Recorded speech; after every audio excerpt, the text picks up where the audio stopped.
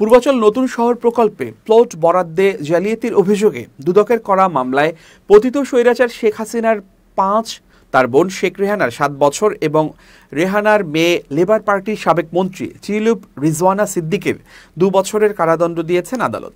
সোমবার ঢাকার বিশেষ জজ ৪-এর বিচারক রবিউল আলম এর রায় ঘোষণা করেন।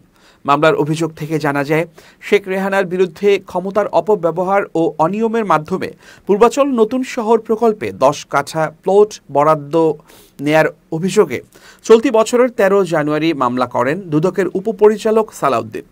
তদন্ত শেষে ১০ মার্চ ১৭ জনের বিরুদ্ধে আদালতে অভিযোগপত্র দাখিল করেন তদন্তকারী কর্মকর্তা দুদকের সহকারী পরিচালক আফনান জান্নাত কেয়া। ৩১ জুলাই আসামিদের বিরুদ্ধে অভিযোগ গঠনের মাধ্যমে বিচার শুরুর আদেশ দেন আদালত।